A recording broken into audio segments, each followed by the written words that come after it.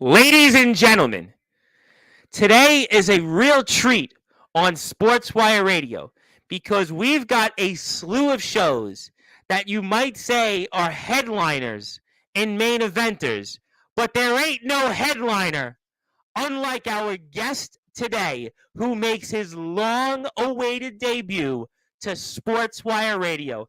And boy, does this man's resume speak for itself. Ladies and gentlemen, it is often talked about how there's a Mount Rushmore of backyard wrestling and who were some of the all time greats and who have been some of the best that have traveled. Well, arguably, our guest here is right up there and very much could be at the top of the list of all time greats. Because when you look at his resume, where he has competed in not one, not two, not three, but four states, a man that has won, that's right, 16 world heavyweight champions. Ric Flair and John Cena have nothing on him. A man that owns his own promotion, that is one of the most successful promotions around, and has already got just about as many subscribers and more views than a company he just worked for not too long ago in wink, wink, Indiana, Shelbyville. Our man also made his triumphant return to the UWA, where he took that Heritage Championship, and he's also got a career where you've seen him in so many promotions. I've lost count on the promotions, and I've lost count on a who's who of Sportswire Radio Hall of Famers, friends of the show he's wrestled. Oh, I don't know, the likes of Jason Storm, who used to be the wild card, who's now the Cyclone, rings a bell, and oh, I don't know, Corey Lee, does that name ring a bell? And ooh, I don't know, does the name ring a bell? Dalton Skull ring a bell? And does it ring a bell of a name? Some guy named Lord, not going to say his first name or what his first name was. It is. And a who's who of other people that have been on this platform and are in our Hall of Fame. This man has arguably crossed paths with them. And he's even talked about some names he hasn't quite yet been in the ring with that maybe he will one day. Ooh, I don't know. Jake Matthews, best on the card. Who really could be the best on the card if these two ever took place in a ring? There's another guy named Blaze that's also in our Hall of Fame, Ace Christian. Who could be the real Blaze if these two men squared off? And ooh, I don't know. There's a guy that he once shared a locker room with named the Destructive Jack Delta. I mean, boy, wouldn't that be a match that certainly could be to determine who is maybe the greatest all time in the yard? Well, I'm not going to go there because everybody's going to come out of the woodworks, and I am sure everybody's going to want to pepper this guest and pepper him with our resume that he's going to speak for itself, that he's going to tell us of, and he's going to be in for a surprise because I've got not one, but two surprises for him that he has no idea what I'm going to give him. Because after all, there is no other show like Sportswire Radio. I know he's done his own interviews. I know he's done his own promos. He even did, quote unquote, a freestyle shoot. But there is no interviewer. There is no host. There is no other platform like Sportswire Radio. And yeah, we might have 69 Hall of Famers, but I'm sure after our guest is done with us, maybe we'll add another Hall of Famer. Maybe we'll even have 7,000 Hall of Famers by the time we're off the air. But you know what here? Sportswire Radio is about the word all wrestling matters. And I think about what our guest has done to sacrifice his body. Here's the definition of what the general manager of Alliance Wrestling League in the great state of Alabama, Hillbilly Tilly, famously said that true wrestlers do it for the love of this sport of wrestling. And there is no denying the fact that Aaron Blaze, the headline, the main event, has done everything for this sport, and he's done it for the love, and he's done it for all of us, and which is why I could not be more honored than to have this man on the air. But before I formally introduce him, as your master of ceremonies, the host of the Sports Report, the owner of Sportswire Radio, the #1 global radio station, your voice of all wrestling, where all wrestling matters, the Reverend Tom Bryce.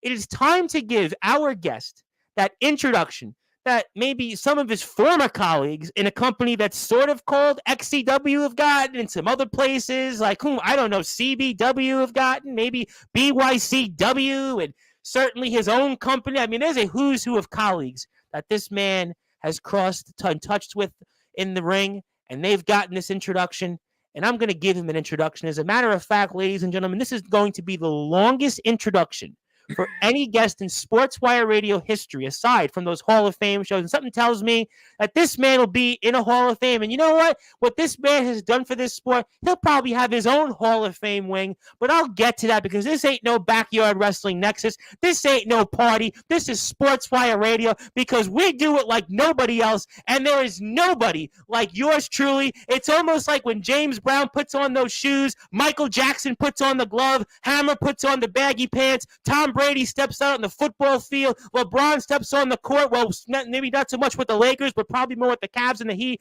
Maybe Kobe once upon a time. I'm going to give you that Mamba mentality and give our Mamba of this sport that rousing introduction that he is waiting for. So let's get right to it on a Saturday afternoon because Backlash ain't going to be as good as our guest tonight here. So with that,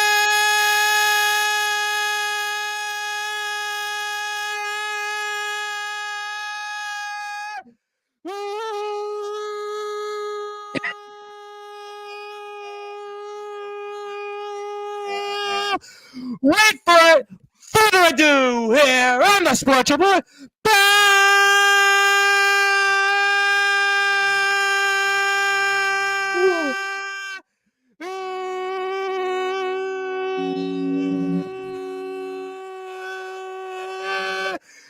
Number one,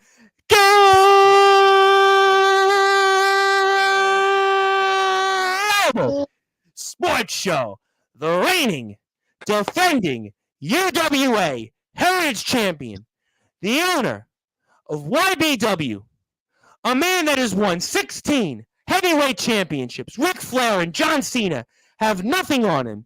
Simply put, he is God's greatest gift. He is the main event.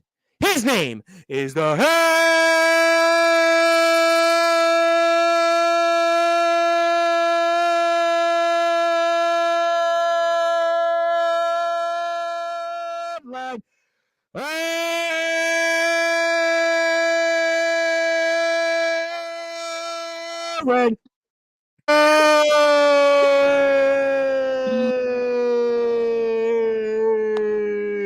The champ is here.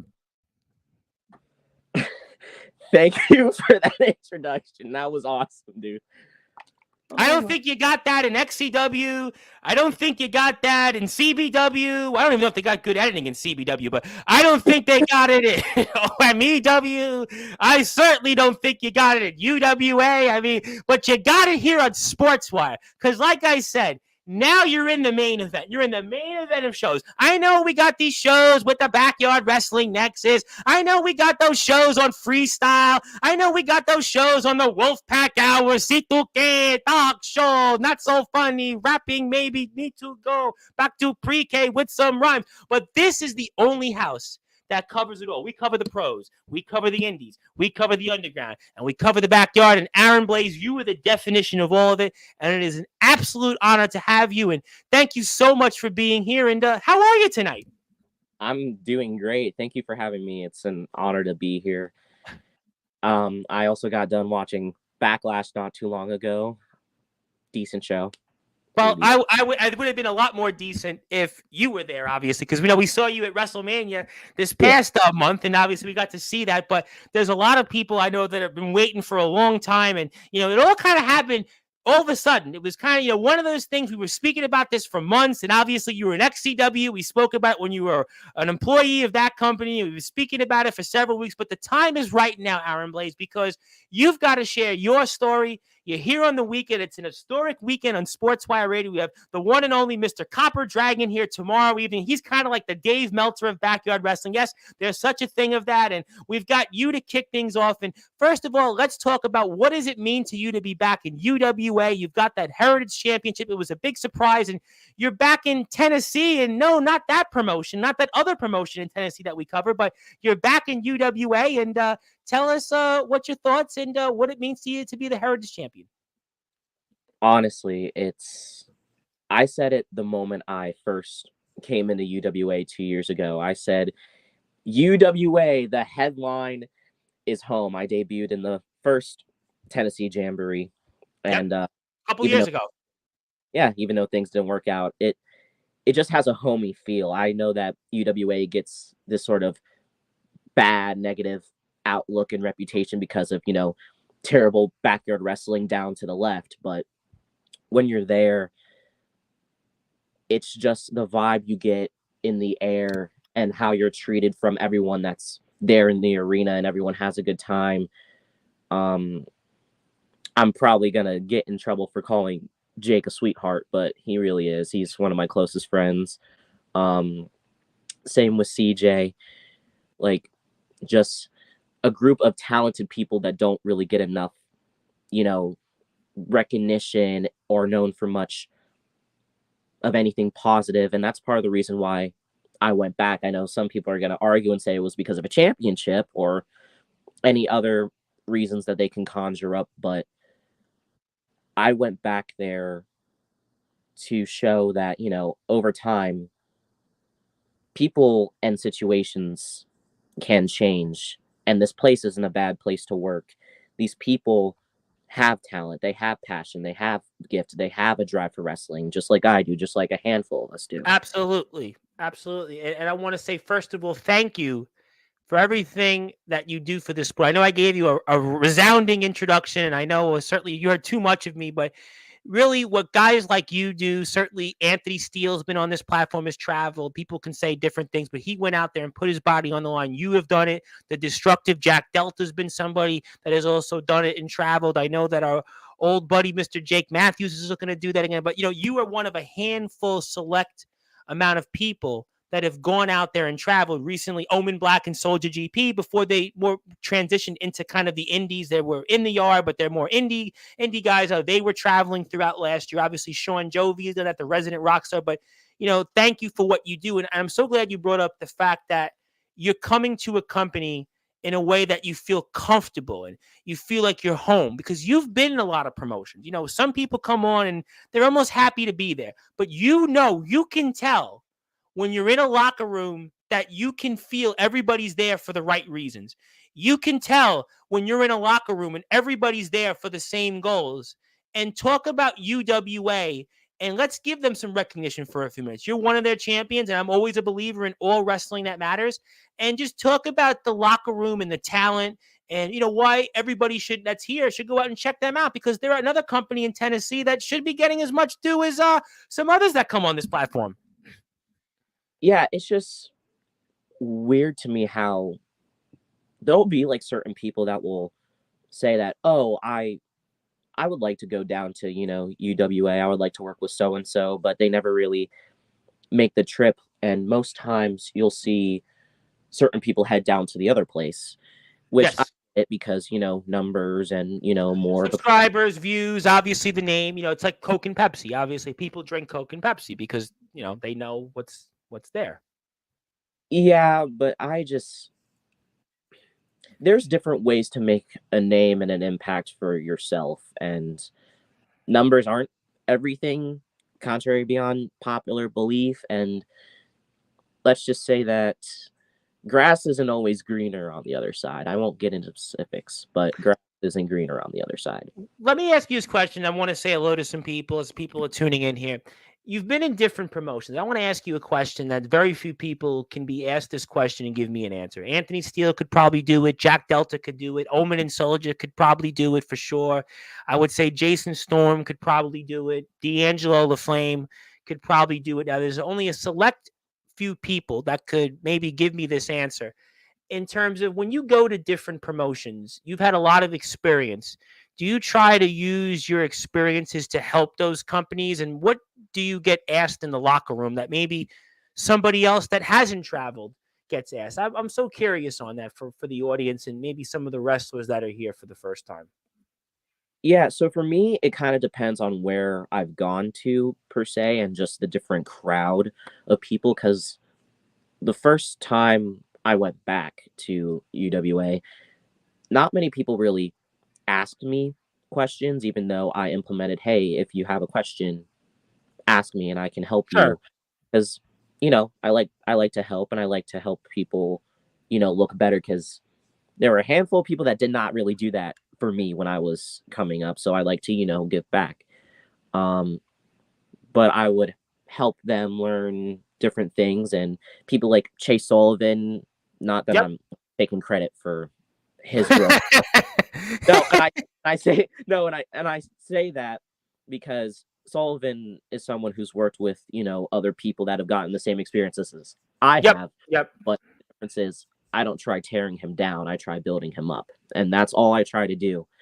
But then I'll go to, XCW or CBW. I guess you could have mentioned the 3 initials. Yeah. Yeah. I'll have certain roster members. I've gotten asked a couple times, what was it like going here? What was it like going there? And most of the time they were more experienced. So it wasn't like, I should be in the position to help them. They should be in the position to help me. But, you think about it, a lot of the as you know this, and obviously we just had on Mitchell the Riot Maverick, almost 80 to 90% of the XCW roster only works for XCW. So even the veterans in that company, the only thing they know is XCW. So when you come in, it's a big deal because, everybody's seen you on YouTube. Everybody's seen you on Instagram. Everybody's seen who you are. So maybe the veterans in that locker room might actually have less experience than you think. And they certainly might want to ask you things because you are, again, one of a handful of people in this sport, whether it's in the yard or the underground, that have traveled. Yeah. Yeah. And because of that, I still don't feel like it's weird for me when people ask me questions like that, because I deeply feel, unless you're super new, I feel like I'm one of the last people you should ask for advice. Okay. I'm like my toughest critic with my own craft and my own thought process and everything. And sometimes I feel like certain people in that field should be asking other people and not me per se, unless, I don't know, it's weird. Do you feel misunderstood sometimes? Yeah. And tell me why. Tell me why you feel misunderstood. Well, I personally have, I forget what it's called. I struggle with comprehension. Well, have you seen most of the people that come on Sportswire? I mean, there's a lot of them that that can do that. I mean, not so listen. I struggle with many things. I mean, that's kind of that's not a big deal. I mean, we all struggle with things. We're living life, right? We're 2024, so that's not a big deal. I think we all struggle in real life. Oh yeah, absolutely. So what is it that you kind of get taken back with? I think you really are misunderstood because people see the videos, people see kind of the persona, people see all the championships that you won. But I personally, as I've gotten to know you, because I've gotten to know you, and I always say, for me, I judge somebody not by the outside noise. That's why people know that this is the only platform that will call things right down the line. I'm the only one. I call it right down the line because that's my job in real life. I'm what's called a commissioner of deeds, which means I have to basically be impartial. So I will be impartial.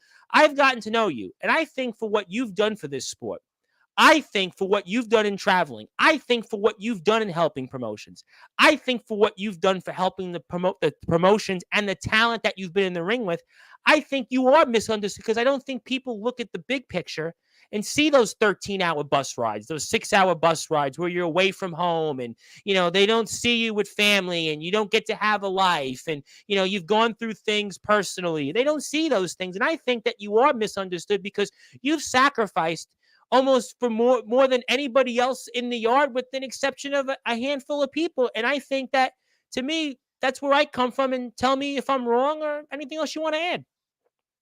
No, I highly think you're right not to toot my own horn, because everyone vices. You're on Sportswire. You can do it. It's okay. That's what we're known for these days. I try to be someone that, to an extent, looks at both sides of an argument, and I never want to sound fully self-centered. Sure. But I mean, do you want to get into the elephant in the room now while we're within that realm? Let's come back to it because I want to talk about the current events. I want to promote UWA, and I want to obviously put up on the screen here for those that are listening and watching. If you haven't subscribed to the Underground Wrestling Alliance YouTube channel, Let's support them. And also let's support YBW because Mr. Blaze is the owner of that company. So let's kind of transition. Let's stay on the positive. I will steer you in the direction that we'll need to go to. So let's talk about YBW. And, one of the things, which is why going back to my statement as to why I think you misunderstood Aaron Blaze, the headline, is the fact that while you travel to these different promotions, you have owned your own company, which has been going strong year after year after year. I mean, we're going near 10 seasons coming up here real soon, and we've got over 1,250 subscribers on YouTube, and we've got a lot of stuff going on out there. You've made some decisions as owner, and for those that are listening and watching, let's talk about it while I put the YBW YouTube page on the screen. All right. Yay.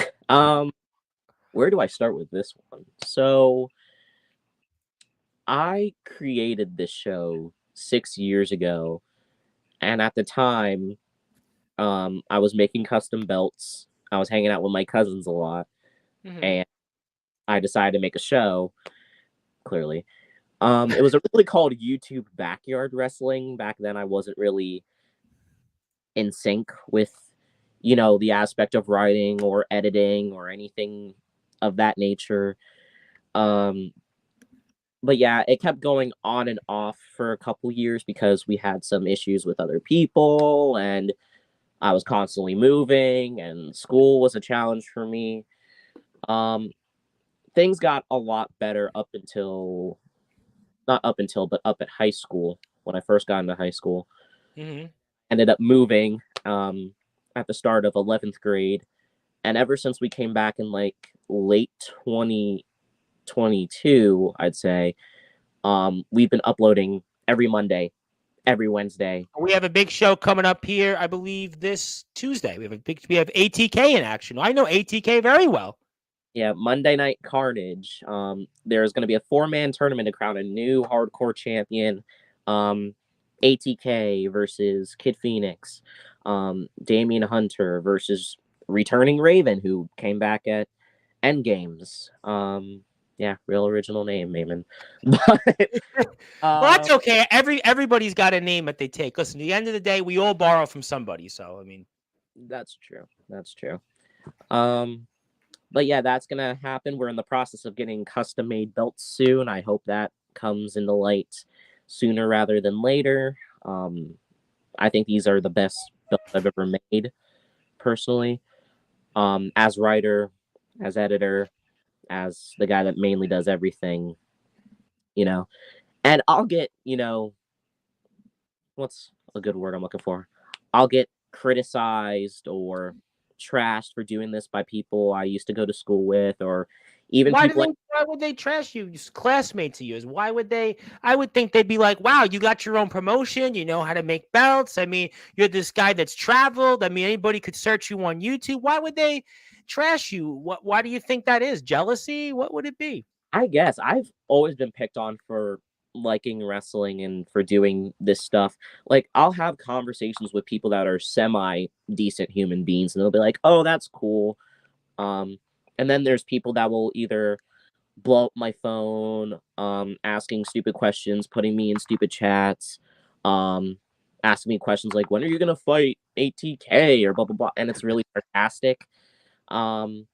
Which, if you watch the show, that is a valid question. I mean, the dude turned on me after I helped him in arguably. Well, I mean, yes, you have certainly quite a history with him, which is why I brought him up to begin with. Got my cousin to put a barbed wire kendo stick to the back of my head. Anyway, which is still probably not the most painful thing you've taken in your career. You've taken light tubes, you've taken other things, and I'll bet you that you probably took something else more painful in your career. Spiked on my head by Hayden Vexed. That I knew and that I heard, so I could certainly, kind of. We're not going to go there. Yeah, but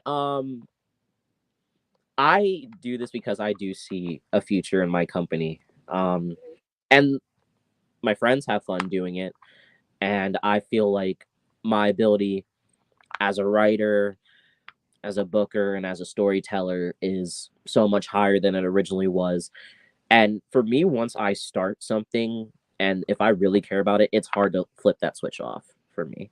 Like, I'm always constantly thinking, about what's next, what can I do, who can I bring back, where's my placement. Well, let me ask you this question, and if you want to follow Aaron Blaze, that is all his social media pages. That's all the YBW YouTube channel. And I will get to comments in a second. I know a lot of people want to say hello and talk to you, and I will get to everybody here. So no, it's okay. It's not Xavier Thorne like. Let me just put it that way. But I knew you'd chuckle. Right? I do love Xavier Thorne, by the way. And for those that are out there, Xavier Thorne is coming back to Sportswire, but stay tuned for an announcement on that. But, I did want to ask you, you're a writer. You've obviously put these shows together. You're an owner. What have you learned from those experiences to kind of help you in the ring? I mean, what do those experiences do for you when you go out there and wrestle, whether it's in YBW or anywhere else? Very interesting question. I guess not when I personally go out to perform, but when I'm involved in a story with somebody and they're telling me what we're doing, the direction it's heading, and I'll either go, oh yeah, that makes sense to me because I'm a booker myself and I understand, okay, this will sell, this will work. But then when I hear ideas that really don't click with me and don't really make sense, I'll be like, that sucks. How about you do this? Or that's weird. Why not? Why wouldn't you go this way? So it's changed. I guess it's changed me in the sense of, I know people will say it's me, I guess, politicking my way in certain promotions, but it's like, no, I'm actually trying to help. But also, couldn't I make the argument that when you go to different promotions, you shouldn't just go in there and have to lose every match? I mean, you did an interview with a company with 3 initials, and that promoter was talking about paying dues and talking about different things and kind of the, let's just say, riddles, more or less. But the facts are is that you're an established man. You're actually going out there to help whatever company you're in. You're also a man that's gone out there and put your body on the line. You're one of a select few people to travel. And I think it's kind of reasonable to say, you know what? Shouldn't you be able to protect your spot for where you're going? And shouldn't you be able to protect your character and what you do? Because you still have to promote yourself in other platforms. And if I'm in the promotion that you're working for, I kind of want to protect your value because as a businessman, I might actually want you to come back to my promotion. And I might actually want you to come here and actually be valued. So essentially, shouldn't it be rather that you're coming here and absolutely, it should be in the interest of both parties to protect Aaron Blaze, not just Aaron Blaze, but anybody else that anywhere shows up in a promotion, whether it's Jack Delta, Anthony Steele, whether it's Mr. Judgment, whether it's Aaron Jones, whether it's James Taylor, D'Angelo LaFlame, whether it's Jake Matthews, whether it's D Savage, whether it's Power Surge, whether it's anybody else out there, Brandon Castelli, Chase Wakefield when he was doing it. I mean, Omen Black and Soldier GP. I mean, listen, even Fletch, because, hey, didn't Fletch once upon a time wrestle in different places? I mean, the facts are is that it's a two-way street. And I would want to protect you as a character because I want you to protect my brand so we can work together at the end of the day, go promote each other. So to me, I look at it, to me, it's a natural at the end of the day that both sides should want to protect your intellectual property, which is you. Right. And it's not like I come into promotions and I'm like, oh, let me win every single title and let me beat everybody. But you should only do something if it makes sense. I'm probably going to get, some heat for saying this, but when I worked in one show in Indiana, and was like some main event for Halloween Harvest, I wrestled Chris Jericho. Yep. No, listen, I know I'm going to get so much shit, but listen, I have no issue with anybody from there. I don't hate the place.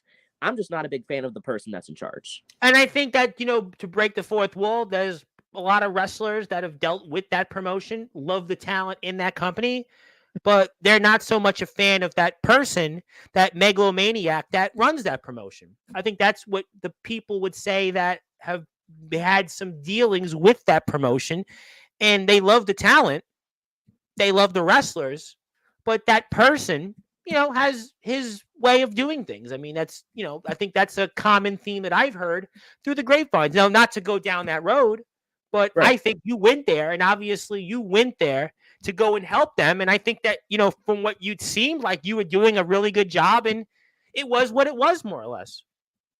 Yeah, and the way I was brought in was kind of weird because me and that person on screen, we have history in another place. He beat me for tag titles he didn't need to win, slapped me in the face. So why would I come into his company and fight his battle for him against EBW? If anything, it would make more storyline sense for me to come in and try and tear it down, not help him keep his creation and empire high and mighty. So I found that weird. And then losing to Jones, I didn't go nowhere with it. No. And they said, oh, well, it's all part of a bigger plan. Here's the funny thing. I never knew my plans until the day I got there. I was never told what I was doing, ever. I mean, I've heard things from other wrestlers that worked with people in that company. There was some issues with using the bathroom. I've heard some other issues about wrestlers that were sick and were told to come down there and didn't. I mean, I don't want to go down that road. I don't want to turn this into that. But I mean, I've obviously heard some criticisms, and I think it's unfortunate. But I think the good news is that you're back home in YBW. You're going to be in UWA for a while. And do you learn from that experience now to be in places that you know that you can feel welcomed, going into it, you can make a difference and feel like that your experience can be used for the better? Did you learn from that now going forward, kind of that what you should be doing and where you should be? Absolutely. I think because originally I went into it like I wasn't trying to. Like initially, I did want to just add another company to my list and just get the experience, and it was a fun experience. Had I known the schedule I was getting it myself And into, you sacrificed a lot. I want to put it out there. I promise I'll get to people. But you sacrificed so much, talking about those 13-hour bus rides, talking about getting up early, talking about going to places and having nothing to do, helping out with the setup of the ring, helping out in terms of being there with the talent, spending days at a time there, being in a place you had no history of, being in a place you had never visited. I mean, if it was me, and I was the guy that owned a company and you were coming into my promotion, I would have basically made sure you were taken care of with food, taken care of with clothing, taken care of whatever it was to make you feel welcomed, because as a businessman, it's in the best interest of my promotion and product to keep you happy so you can keep coming and promote me. I mean, that's what I would have did. And I think, again, this is a celebration of you tonight, but I want to put it out there as the host of the Sports Report, the owner of Sportswire Radio, your voice of all wrestling, where all wrestling matters, the Reverend Tom Bryce. You went out there and you sacrificed away from your life. You put your body on the line. You put your life in jeopardy to go somewhere you had no history with, no idea. And you did it because you wanted to be there. You would like the product. You would liked what you've seen in the past. You had talked about how much you liked Summer Mania. You talked about how much you liked all the talent there. And you went in there with the right mindset, probably the best mindset that you've ever went into at any promotion that you've been to.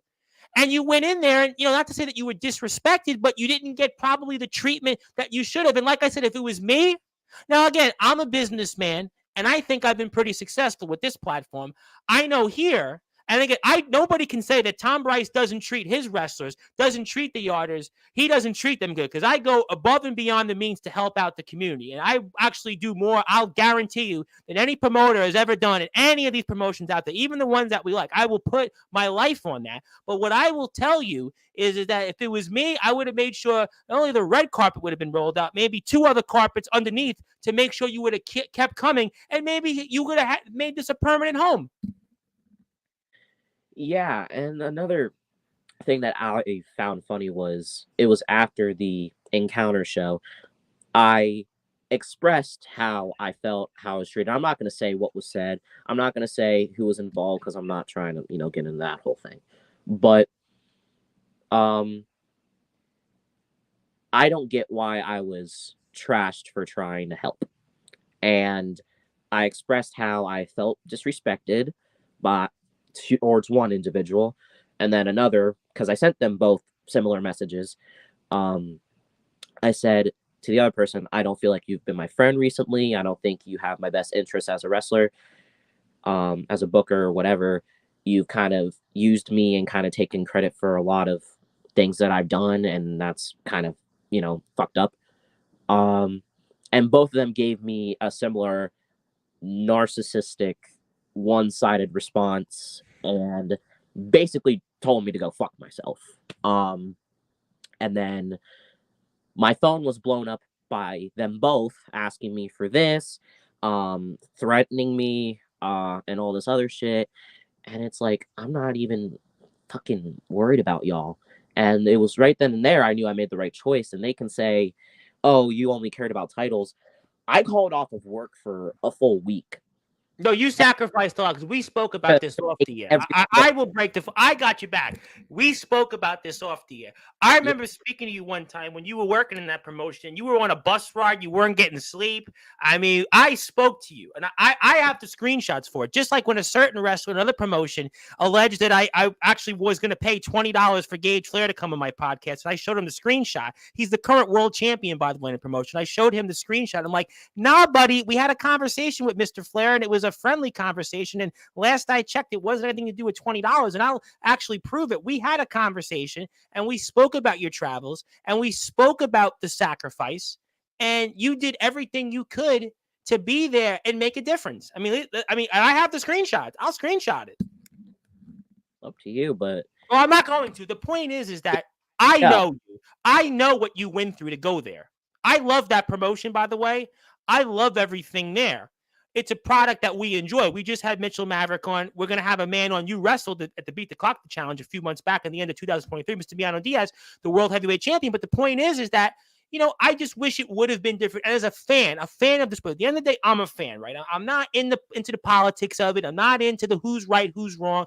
I just want to see the best of the best. And I think that I wish that it would have been seen more for what Aaron Blaze, the headline, the main event, did to get over there and try to be there and be a part and to grow a company that you were trying to be a part of. Yeah, and I'm not going to, sit here and say that every single time I went there was bad, because if that was the case, I wouldn't. You would have kept going. Yeah, no, there was definitely good times. I mean, we spoke. You were in the company. There was good times. I mean, you were very excited. You were telling me who you were going to face, and there was like a lot of excitement. I mean, I remember messaging you, very excited you were part of the company. I remember praising you on the air. I remember mentioning you many times on the platform. Yeah, and I even had fun at the Viewers' Choice Awards, which everyone bitched and complained about. But I had a lot of fun doing them. I even had fun, being called up and speaking. And I normally hate that shit. Like, I hated it in school. I hate it when my God lover, my Graham, forces me to do that in church. I don't like that, but I was so comfortable around these people to where I didn't give a fuck. And if I fucked up, it wasn't a big deal. But it could have been XCW bloopers, that's all. I even went out there and I wasn't wrestling. Goes to show you, I did care about the show, and it wasn't about belts for me. But they're entitled to believe what they. Everybody's got opinions, and Anthony Steele says it. Everybody's got it. It's like assholes. We all have one. But at the end of the day, what I'm concerned about is Aaron Blaze supporting this man, because I got a couple of things I want to give you. But before I do that, let me say hello to some people. Anthony Steele, a man I know you certainly know a little bit about, says, "What's good, Blaze?" Obviously, you two, man. I think you guys, in some ways, I have a lot of similarities in some ways. I think you're both misunderstood, and you both have actually had some, checkered history at XCW. So there you go. And, you both have some, checkered comments about a company in Tennessee with 3 initials. So, yeah, there you go. But want to say hello to a company that I would love to see you a part of, a company that you have certainly said a lot about in the past. It is called New Wrestling. They are out there in the great state of Massachusetts, and I have coverage coming up there for this Monday, 9:30 p.m. Eastern time, with Mr. D. Savage. And that's a company that's famously known from a man you've talked about for a long time, Mr. Jake Matthews. He's the Born to Battle briefcase winner, the best on the card. And also, he wants to say Aaron Blaze versus Cody Rhodes coming soon. But what about you and Jake Matthews? I mean, what about New Wrestling? Now, this is a promotion, by the way. This is a promotion that I've been covering the last couple of months. I know you'd feel a lot of pain by going into that company, because what they do in the ring, I mean, they're hardcore, they're underground, they're everything in between. They've got some of the most versatile set of wrestlers, I think, around, which is why I cover them. They've got some great talents. Justin Abel saying he's coming on the show next Tuesday. D. Savage is here this Monday. Jake Matthews is in my Hall of Fame, been here a couple of times. Power Surge. I mean, literally, this guy, I mean, you could plug him. He could probably power the entire state of, like, Rhode Island. I mean, They've got some wrestlers on that roster that I haven't seen anywhere before. They've got this thing coming up called the Riot in the Ring. It's even got a guy I know from the great state of New York called Stephen Havoc. He's going to be here on this platform. Before then, they've got a who's who of people in there. And, I know I'm going to go right off the cuff. I'm going to maybe shoot here for a second because nobody wants to hear me shoot, but I'll do it probably better than almost 80% of the wrestlers that are in this sport. I mean, I would love to see you in New Underground Wrestling one day, because that would be a company you haven't had on your list. It's a company you've certainly said some things about with. And last I checked, I'm not very good at geography. I'm not very good with kind of my map of the states of the United States of America, but Pennsylvania and Massachusetts aren't that far from each other. And maybe that's a state once upon a time that if you wanted to, maybe we could see you in. I will say this. I have a list of You do? I want to go to, companies I'm already in talks with. Maybe I'll add some NEW gold around this waist of mine. Who knows? Well, Anthony was, we had Jake Matthews on here, and Anthony Steele came on. He talked about his desire to wrestle Mr. Matthews. Now, Mr. Matthews is one of the more accomplished wrestlers in the yard, 15-year plus veteran. This man has established himself. He's the true definition of hardcore. He's right up there with the likes of Jimmy Controversy, a good friend of mine, Mikey Anarchy, Obey Hardcore. I mean, Mac 10, all those different guys. And, one day, after Mr. Matthews maybe is done with Mr. Steele, maybe, we can see you in the ring because you've done hardcore. I mean, ask Dalton Skull about that in the BYCW days. I mean, you've been only a hardcore champion, 15 times? So hardcore, light tubes, taking all those shots. You talked about it a few minutes ago. So maybe one day we could see you out there in the great state of Massachusetts. When is the Riot in the, what's it called? Riot in the Ring? Riot in the Ring. It takes place June the 1st, actually. So it's actually 4 weeks from today, June the 1st. June 1st. Yep. Actually, I think I might have a booking that weekend, but if something happens, who knows what could happen. Interesting.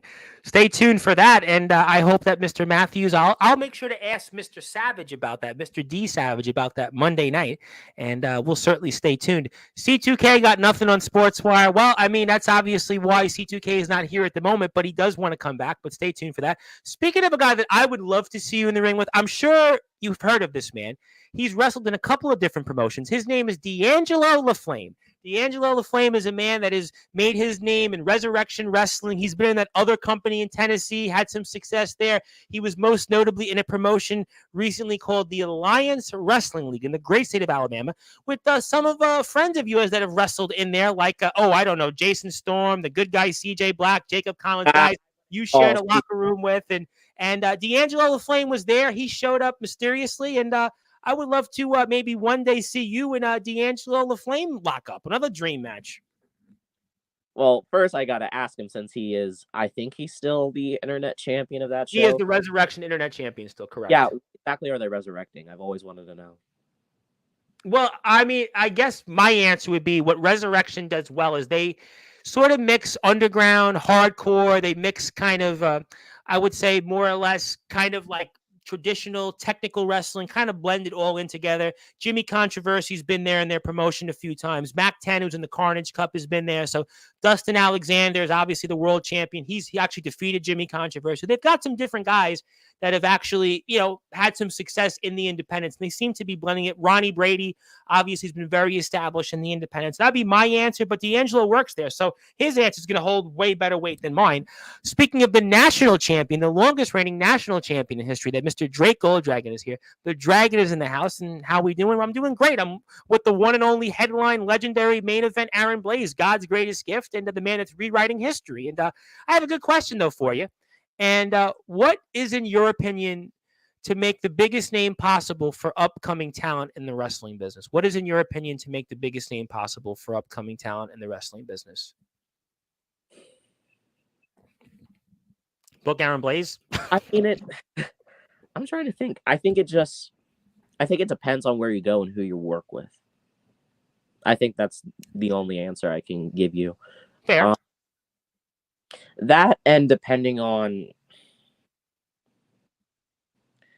I guess, maybe your persona depending on how original you are, or if you're a copy of somebody or whatever. Well, I have heard from other wrestlers. I do a lot of coverage overseas in the UK with independent British wrestlers, and one of the biggest things, what you kind of touched upon, is that wrestlers sometimes it's about who you work with, because if who you work with is equal or maybe has more of a talent or more of a ability in the ring to connect with the audience, that's going to not only help you but help yourself get over with that other wrestler. So sometimes what you talked about at the very beginning of that point or that sentence is the most important part, is the person you're in the ring with is actually who you're dealing with. That's maybe more than anything else could make the difference. So thank you for the great question, Nerdic Pro Podcast. And give me a sub. I'm on YouTube at Sportswire Radio 6579.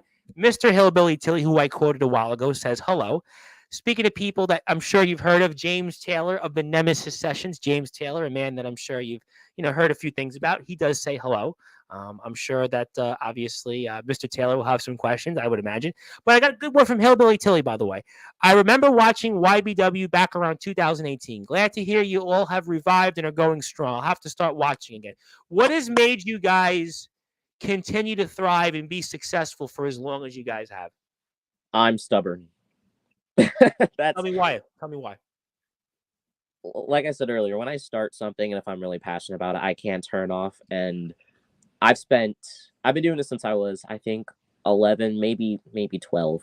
I'm now 19, still doing it. We were talking about this off the air. You were 19. You've been doing it for a while. Yeah, and like, I'll give you a prime example. I can't remember their name off the top of my head. I think their first name was Abraham. He's a wrestler from like CSW, Carolina, something wrestling. Anyway, I look at my Instagram profile and I look at the tag section and there's a notification. I'm like, oh, who tagged me this time? and I click on it and the caption was my backyard wrestling inspirations. And then I'm scrolling through the photos and there's a picture of me back when I was Breakout champion. And I think I was wrestling for HFW at the time. Winner take all against Jason X for a Backyard Wrestling Nexus show. Go figure. Yeah. And then I'll also look at other, things I've been tagged in or any other mentions, and a lot of them are old fans, like these kids like Colton, and I forget some of them because there was just a handful of them, but it's stuff like that that makes me want to keep doing it. I know when Jack was here, Delta, he said the same thing. He would get tagged sometimes from people that were just fans. He talked about he has this one fan that's been following his whole career, and he talks to him about every match. And you probably have the same fan. Perhaps I don't know. He has like several hundred freaking fans. Well, I got to be honest with you. I don't want to sound arrogant either, but I'm actually getting messages randomly myself these days. Maybe more so from my Instagram, because I get people that message me randomly, like at least 2-3 times a day. So I understand a little bit. People watch the shows, but maybe they don't watch the show on YouTube, but they watch my clips on Instagram or Facebook because they get a lot of attention. And people say, "I heard you say this," or I'd like to hear that. So I could understand that a little bit, and obviously that's something, but to be around as long as you have. I mean, we were talking, you're 19. We were talking about this a few months ago, but you don't feel 19 because of the miles you've put on in traveling. You feel like, you're like maybe James Taylor's age. We love James. It was a joke. No, but like ever since like I first stepped in the ring, which was ironically in my first year of backyard wrestling, because I worked with a show called YWE. That whole thing was a fiasco because, arrogant rich pricks. But ever since then, I've been working in rings and then taking some really crazy bumps on the ground when I worked in BCW, which was a trampoline fed down in Belfont. Like, I did all this stuff, and ever since then, I've had, like, a bad back. And it's weird because, like, some days I don't feel anything, but when I go to lay, like, I'm immensely uncomfortable, and there's this pain. And I'll also have like these, I know we touched on, being old, feeling old. I actually am growing white hairs. No, I'm so fucking serious. Like, there'll be like strands of white hairs, and I'll pull them out. I'm like, what? I don't have any white hair. I'm like surprised, and I'm a little more than a little older than you. Yeah, I think it's a stress thing. Yeah, I had a friend when I was in high school. There was a kid I knew, and he had white hair. It was like already. I mean, I guess you could have those abnormal instances, but you have traveled so much, and that could play a part of it. But actually, let me scroll down to some comments and actually go to Mr. Taylor because he actually has something that's a bit of a revelation. I hate to admit it, but I didn't really like Blaze for a while because I was a part of a company that he kind of bashed. I ended up finding out on 2 different occasions, though, that Blaze, along with others, was right. So you know what? You never know. Sometimes time heals all wounds, and people look at things and they take a step back from that partisan viewpoint, and maybe from their vantage point, you aren't so much of a bad guy after all, and maybe you were onto something, at least from Mr. James Taylor's standpoint. Yeah, you live and learn with that kind of stuff. I don't try to, be spiteful and vengeful with certain people. I say certain because I am still spiteful with certain people. You can determine who. Well, yeah, I think we know who they are. We both know them very well. Like, I don't like being right about that kind of stuff, because I'll like have talks with, ATK in real life about like real shit and with certain people, and I won't interject anything much. I'll just give him my advice from my experiences with certain things, whether it has certain people involved in it or not. I'll be like, I don't think this is going to work out. This is how I see it. You're more than welcome to venture down that path. Don't let me stop you, but I hope I'm wrong. And 9 times out of 10, I end up being right about that kind of stuff. And I kind of wish I was wrong because that kind of makes me sound like I'm a know-it-all. And no, I don't think that's the case at all. And we're talking, of course, with the headline, the main event, Aaron Blaze, the 16-time world heavyweight champion. Woo! My name is the Reverend Tom Bryce, your host of the Sports Report, the owner of Sportzwire Radio, and your voice of awesome. You were fucking hilarious. I try. But I wanted to say, James also has a show, the Nemesis Sessions, and I think James would break the internet if you were on his show. So, James, if you're out there, I would love to see Aaron Blaze on the Nemesis Sessions. You really want to get an audience? You really want to certainly stir some things up, stir the pot? Could you imagine Aaron Blaze on the Nemesis Sessions? James, you got to make it happen. James, I know James, you had Craven Rage on. If you had Craven Rage on, you got to get Aaron Blaze on you. I mean, come on. We got to get the guy that really is the ruler of the yard. Really the guy at the end of the day that's shown that he's not only people's dream opponents, he's people's nightmares in the ring. So make it happen. Let's do it. James Taylor, you got to make this happen. As a matter of fact, I want to see it in the next few days, whenever you guys have time. But I hope James Taylor makes it happen. You can follow James Taylor on Taft Taylor, Taft_Taylor on YouTube, all the platforms. Let me get to some more comments. People used to try to clown me in school for BYW. Now some of those people are fans. It was funny. I was explaining this to somebody yesterday. And I was talking about backyard wrestling. I said, there's this stupid stigma that these holier than now, has been, washed up independent wrestlers kind of have of backyard wrestlers. But the truth is that backyard wrestlers do it for the love of this sport, have more views, have more fans, are doing it really to honor, and they go above and beyond the means of anybody else in any other sport. And I think that's why at the end of the day, to me, I'd rather be BYW than anything else. I mean, listen, I hope at the end of the, I'm going to go Ric Flair on here. I hope when I'm like 80 years old, 85 years old, maybe I can, do an interview in the backyard and just die in the backyard wrestling ring. So that'll be my cause of death. Doing a long intro at 85, heart attack of maybe Aaron Blaze in the ring coming up. Maybe that's the way. Like, because Ric Flair, after all, said that he was going to die in a wrestling ring. So maybe that should be my goal. I want to die in a backyard wrestling match, doing a long intro of anybody else that's come out there. Because what? If Flair said it, why can't I do it? So at the end of the day, that's my story, and I'm sticking to it. And D'Angelo the Flame and Drake Golddragon are going back and forth. D'Angelo, agree with what you had to say. Want to say hello to Mr. Michael Christian. You probably know a little bit about him. He actually retired a man who called many of your matches in XCW, his former stepfather, Festus Davis. And of course, I know who this is now. How are you doing, man? How are you doing? And apparently he wrestled Justin Parsley not too long ago. Another man that we were hoping you were going to wrestle. Lucky bastard. I love Justin. Justin is a two-time Hall of Famer, and Justin's one of my favorites, one of my guys, and he's my point man right now for XCW coverage. I mean, but yeah, I would have loved to have seen you and Justin. I know you wanted the real ones in the ring, and unfortunately, well, maybe, you know what? Maybe Justin can maybe really travel and wrestle you in YBW instead. Who knows? Make a real headline. And you know what? I should bring it up. I actually have a portion of a company that it's called the PWF, the Pride Wrestling Federation. It used to be fully owned by some guy you probably had a few things to say about, but I own a portion of the company along with Mr. Dalton Skull, along with Mr. Omen Black and Soldier GP, and maybe we can find a way to book you in that company. I'll come back to that. But Mr. Levi McDaniel wants to say hello. And of course, Levi McDaniel is going to be in our Hall of Fame this coming Thursday, top of the day, mates. And he's got a lady there on the screen, which means everybody's going to go flock to that. I don't blame them.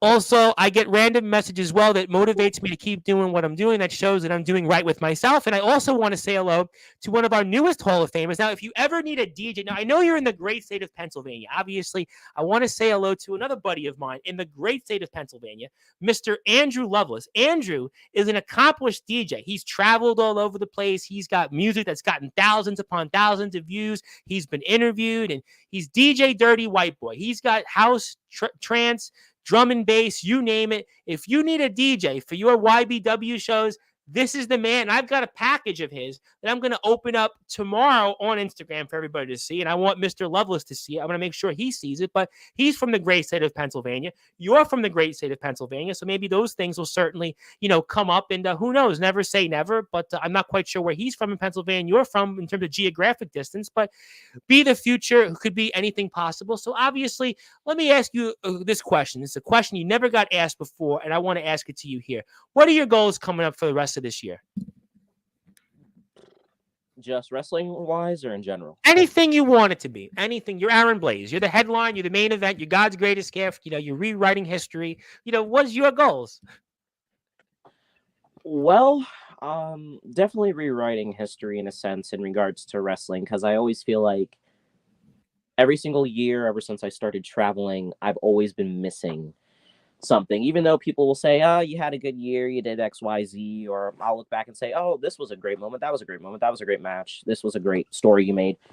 I always feel like, and again, I'm my toughest critic, so even when something is like really, really good, I'm like, now you could have done this better, you could have said this better, blah, blah, blah, blah, blah.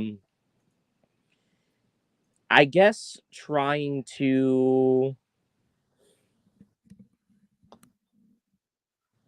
definitely rewriting my story in UWA, and we'll get to that after a bit when I have to defend my UWA Heritage Championship against Brett Anderson tonight at UWA Destiny, for one thing. I want to accomplish more things within the branch of Infinity, and that means every company. I want to accomplish more in BYCW. I want to actually accomplish something in PWF other than beating a guy that stole someone else's gimmick. I want to do something in CCW. I want to win the Infinity Promotion Tag Team Championships with who? I have no idea. Seeing as how Revelations 4 ended for me in regards to YBW, me trusting people is kind of a bit iffy right now. I look to head back to OMW and maybe pick up some Universal Gold. Who knows? I look to do something good for all the guys in ROEW, and I love ROEW. Thank you for bringing them up, because I got my Jason Storm shirt on, because you've wrestled Jason Storm, and ROEW is a company that, in a lot of ways, I think that does it for the right reasons. And, I think I look at ROEW and the talent that's there. Obviously, CJ Black, the good guy, he's the world champion. Jacob Collins, a man you've, I guess, shared a locker room with in XCW. And obviously, Jason Storm, who used to be the wild card, now he's the owner of ROEW, and he's the Cyclone. And there's another guy, I guess it's a part of ROEW now, Mikey Blackheart. You wrestled him once upon a time. And, JX was a part of there. He was the world champion. ROEW is a company that I don't know. Maybe one day you could add state number 5 to the resume. Absolutely. And this is a promise I'm going to make to the W audience and to the whole community. If Jacob Collins doesn't shut up CJ Black, if C Money doesn't shut up CJ Black. And even if Jack Delta doesn't shut up CJ Black, I will. Wait a minute. Are you telling me, for those that are listening and watching on Sportswire Radio, where all wrestling matters, that if C Money, Jacob Collins, who's the number one contender, by the way, to that ROW championship, if they fail in shutting up the good guy CJ Black, who's certainly one of the newest members of the Sportswire Radio Hall of Fame, Mr. 7-star superstar, that you'll find your way and do it? Is that what you're telling us? Title or no title, I just want to punch CJ Black in the face. Why? Why would you want to punch him in the face for? Just, my lord. First of all, he drove Jason Storm insane. I don't know what the heck happened with that. Well, but they're best friends, though. It can't be that insane. They're best friends. He's bald now. He's bald. Like, he reminds me of Megamind with that. All right. Anyway. Well, James Taylor always calls him Mr. Clean, so you don't like the bald-headed Storm anymore. I mean, if he likes the look, he likes the look. I just never imagined him with bald. I don't know why I said bald hair. Why I was going to say bald hair. I just couldn't imagine him bald. Like, I would always call him Firecracker behind the scenes. And he would get so mad. He would also remind me of Heat Miser. I don't know if you're familiar with that one. Yeah, I am actually. But Did you tell him to put his boots on also? Did you tell him to put his boots on? Because in your match, his boot fell off. Oh, yeah, that's right. Wait, which match? Was it the triple threat or the one-on-one? The one-on-one match. His right boot fell off. Oh, I like how you remember this and I don't. Well, I watch a lot of wrestling. No joke. I was telling you this off the air. I mean, I literally, we were talking yesterday on my show Friday. It was like a WWE question came up and I like almost froze. But if you ask me about like somebody's match in the underground or the backyard, I'll tell you like the move by move because I watch what we do here in the yard and the underground far more than, the mainstream. Yeah, religiously. Exactly. I've been trying to do that recently, but it's so goddamn hard. It is so goddamn hard to keep up with everything. Like, even the stuff I don't like, I'll, like, scrub the dot thing through and pick out certain spots, and I'm just like, oh, okay, well, this happened. Do, click. But, yeah, I feel like my passion, aside from, like, the WrestleMania trip, I feel like my passion for like pro wrestling has kind of like died out and I'm more of a fan of doing it as opposed to watching it. Jack Delta, when he was here, talked about that. He wasn't a fan as much of wrestling as he used to because he's in the ring so much. I hear from guys all the time. One of the promoters that you worked for once upon a time used to famously said that he didn't even watch wrestling. He claimed, but he does a podcast on it, but whatever. But there are people that, that don't watch wrestling as much because it's like a vacuum. You're like in this vacuum and it's like you want to get away from it. So maybe that's why you don't watch it as much. Yeah, and I was even watching Backlash and it was kind of like, okay, the show's predictable. Fair enough. You're going to get a predictable show. Like, no shit. But I was watching some of the matches and there was like only 2 good matches out of 5. And I'm just like, okay, well, they screwed this up. They screwed that up. They screwed that up. Like they have several more botches than we do. And we're not even trained. It's funny you say that because I watched, like CJ Black matches. I watched Jack Delta.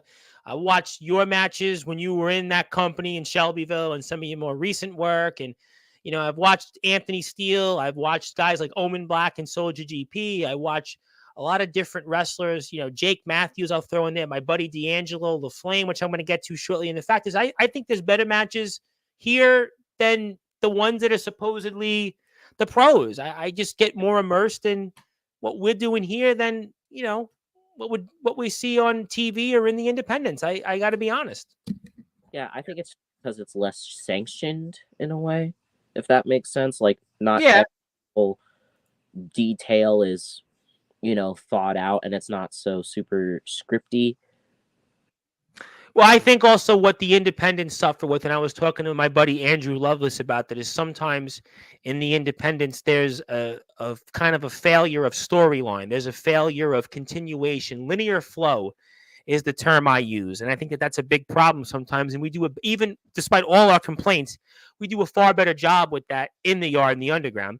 Andrew also wanted to say someone stole someone's gimmick shoot because Andrew loved on his show. I shot on podcasters that bring wrestlers on and say, yeah, come on my podcast. And all they do is ask me about like WWE fantasy booking.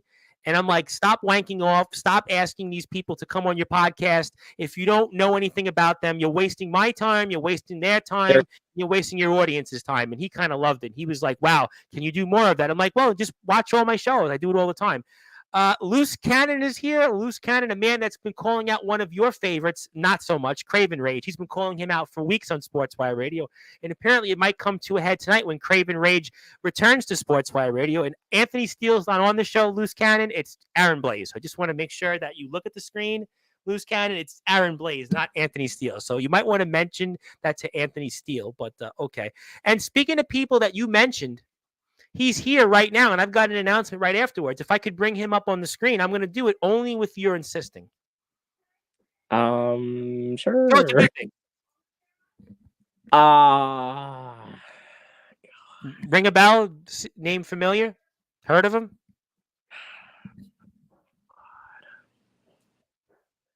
You don't like the new glasses? You don't like the sport jacket anymore? You don't like any of that? You don't?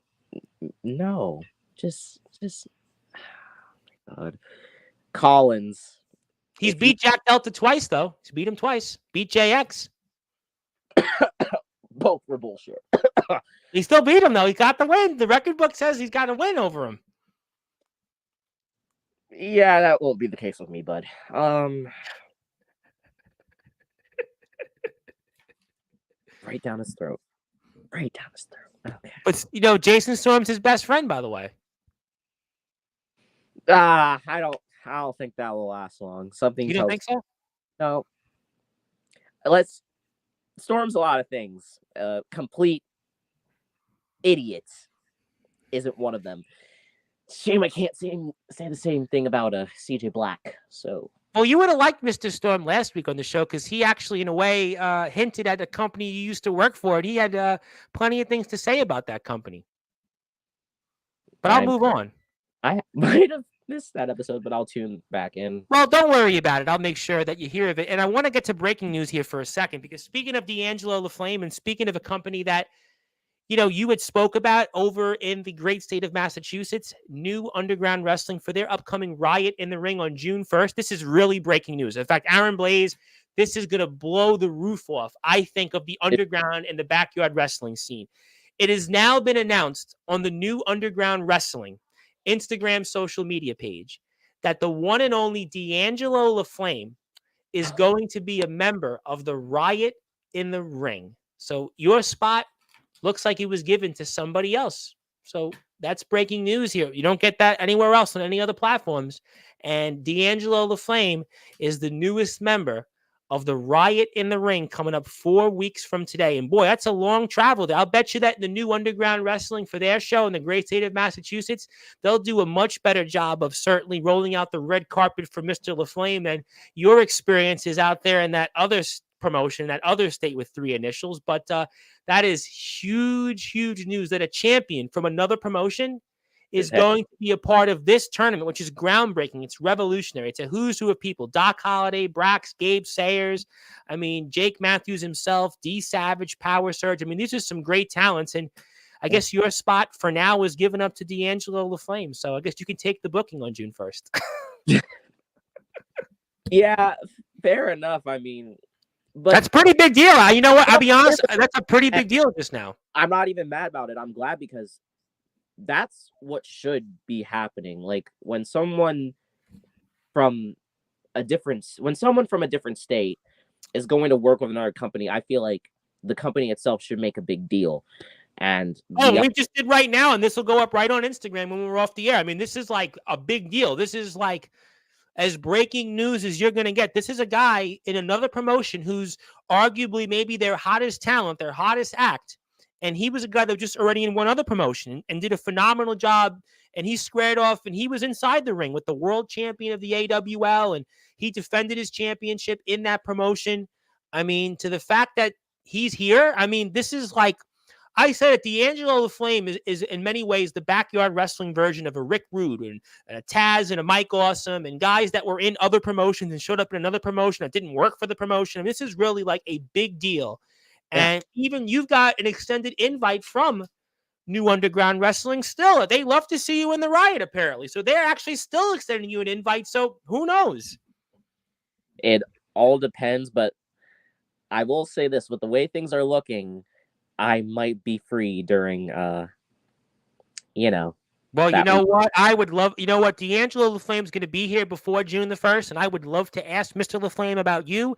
I will ask Mr. Matthews about you when he comes back on the show, because NEW's got their biggest show of the year yet coming up on May the 18th, and it's going to be a war for sure. And even my buddy, Mr. Andrew Lovelace, by the way, another established pro wrestler from the great state of Pennsylvania, a hardcore talent, a man that's an established DJ, a man that's an established wrestler that has done a lot of things. He is one of the longest reigning tag team champions of all time in the great state of Pennsylvania.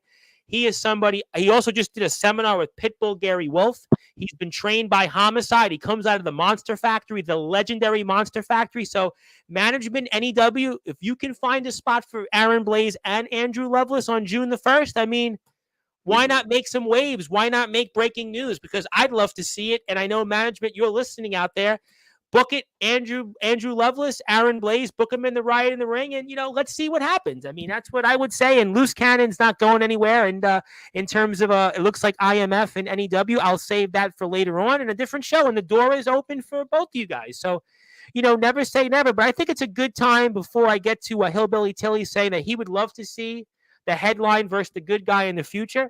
I think that would be a good match. I'd love to give you the first of two things tonight for our audience. Obviously, I have something I'd like to present to you, only if you insist. I could obviously, decline to give it to you. Maybe I could give it to CJ Black instead. Maybe I could, give it to, Andrew Lovelace or somebody else out there. Maybe, I highly appreciate one of the two. All right, fair enough here. So you got the first one here. You have been officially acknowledged as the headliner of Sportswire Radio. Congratulations. Thank you. I really appreciate that. That's awesome, man. We try to do things a little bit different here on this platform because, after all, one of your former employers, or quote unquote, used to say, "Oh, on Sportswire, they've got so many people in the Hall of Fame." Well, you know what? This is kind of an F to the up the fill in the blanks. To that, we kind of now are doing our own twist on things. But Aaron Blaze, you are the official headliner of Sportswire Radio. Congratulations! I'll leave this up here for a few minutes and want to say hello here to my buddy Ron Franklin from the great state of Pennsylvania. Ron Franklin. I'm sure you maybe have seen Aaron Blaze somewhere. Ron is from the great state of Pennsylvania, in the city of Philadelphia, in the city of brotherly love. I'm not quite sure how far that is from you, but that's where he's from. Hours, roughly, something like that. And Andrew Lovelace said, "I'm stirring the pot." Yeah, I feel like I've been doing that more lately. It's just coming naturally. And Andrew's going to be here, by the way, June the 5th.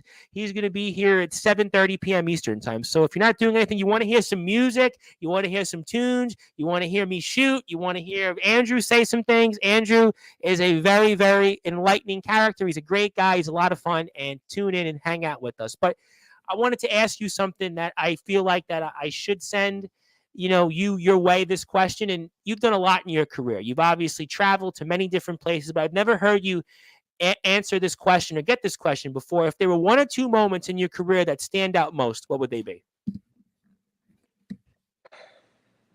Damn. One of them's upcoming. I'll say that.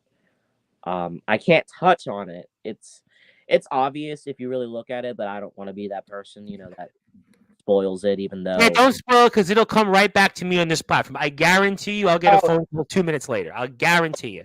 About it anyway in a few days anyhow, but one that I can reveal is probably the story that I'm doing now for my own show. And I know that kind of sounds self-absorbed, but this long-awaited story that no one really sees between me and ATK, that has literally been planned out the way it is since he came back in late 2022.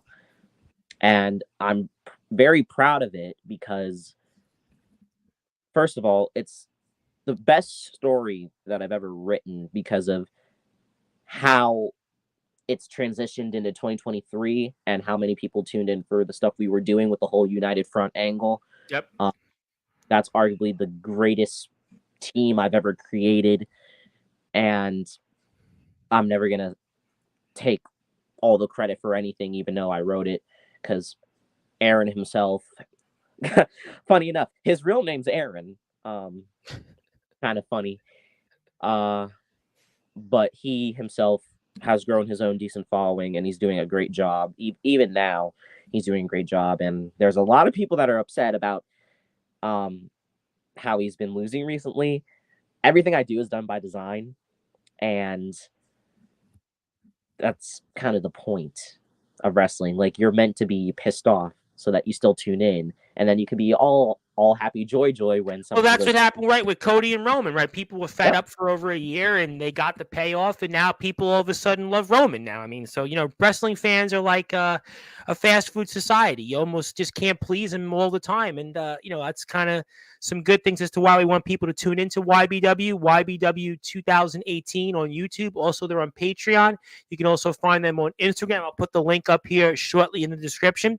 And Mr. Loveless is working on a special. So if you want music, if you want to hear some live music on Sportswire, you want to hear a DJ, I'm here with Andrew Loveless June 5th, 7:30 p.m. Eastern time. So if you want to get your groove on, you want to dance to some funk, you want to certainly get to some house and drum and bass and all that in between it with a little mix of wrestling and some maybe shoots, who knows what else in between, join the party June the 5th, 7:30 p.m. Eastern time with myself, the be-all, end-all, Andrew Loveless, our most recent Hall of Famer in Sportswire Radio's history. He'll be doing a set for us. But, all right, so obviously we talked a lot about what could be and could come down and do commentary for the right. Never say never. Listen, never.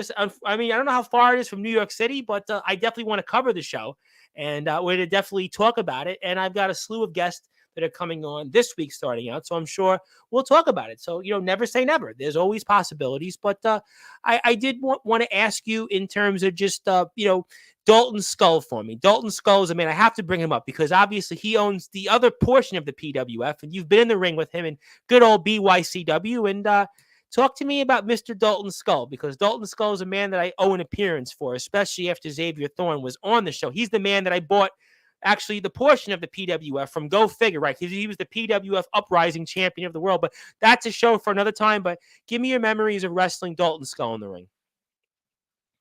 Dalton is one of my favorite people. Good man. He's a good man. I speak with him from time to time. Very nice guy. The day I met him, he was so psyched to meet me, and I never understand why people are so, excited to. Because you're the headline, you're the main event, you're God's greatest gift. Right, but just like them, I'm also, like a real legitimate person with, their own failures and succeeding moments in life. And, I might say, oh, I'm better than this person, better than that person, I do this and that, but in real life, I don't really think I'm above anybody. That's not my mantra in life. I remember when we wrestled, it was me, Jake, Little Savage, I hate that guy, and Dalton, and we filmed some stuff for UWA and BYCW, and I wasn't exactly the best back then. I thought I was. I had such an ego in 2022. I'm not afraid to admit it. But my God, I could just tell he loved this and the passion Dalton had to be here. And he's been doing this since, I think, correct me if I'm wrong, 2015. He's been at it, I want to say, for almost 10 years. Yep. And he's someone that I truly believe deserves a lot more recognition than a lot of these, dumb fucks out there.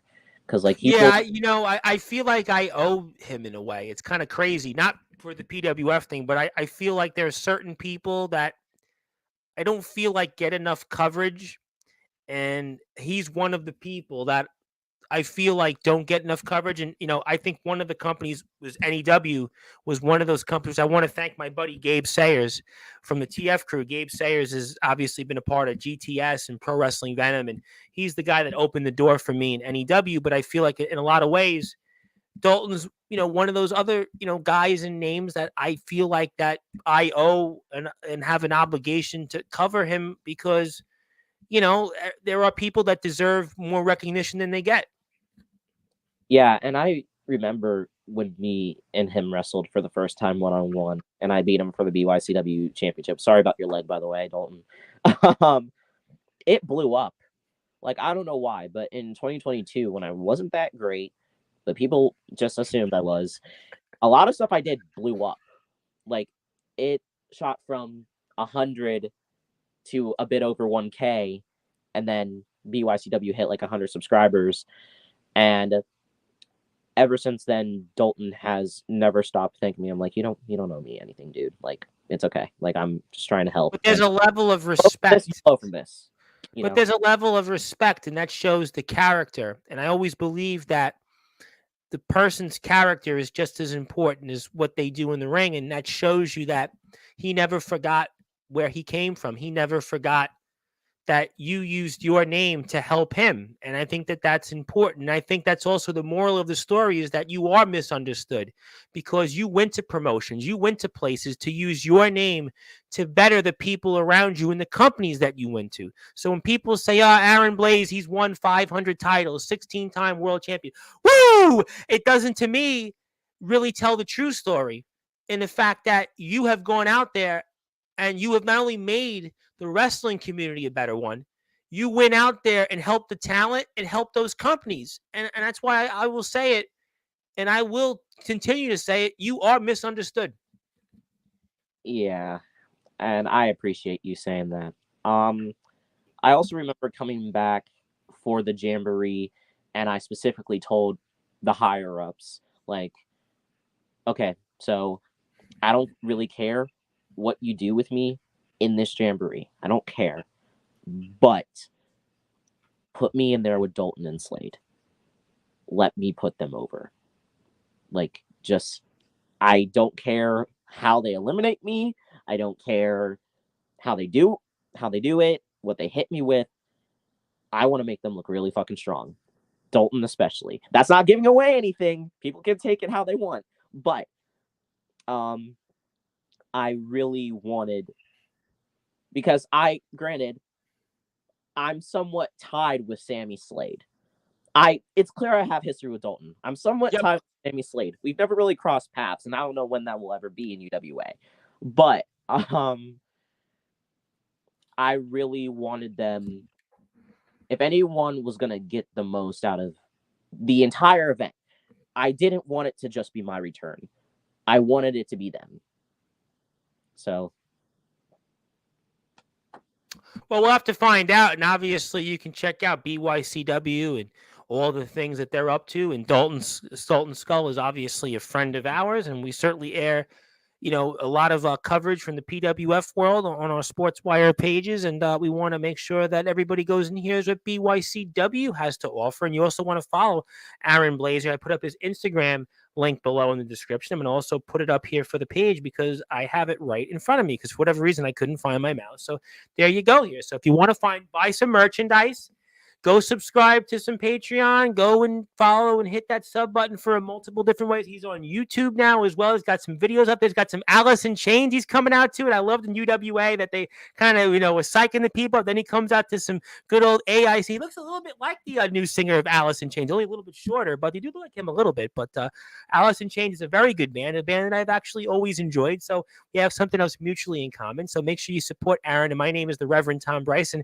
the aforementioned Craven Rage will be here tonight, 9:15 p.m. Eastern time. So he's going to have a tough time following your shoes. So we'll see what he does. Something tells me here the wrestling community is going to be just as tuned in as they were for the headline, the main event, Aaron Blaze. And Mr. Copper Dragon is here. Copper Dragon is here tomorrow, 6 o'clock Eastern time, and at 9:30 p.m. Eastern time from Resurrection Wrestling, D'Angelo LaFlame's actual next opponent, Jacoby. We'll see if D'Angelo LaFlame holds that internet championship still in Resurrection Wrestling. Not Jacoby, never mind.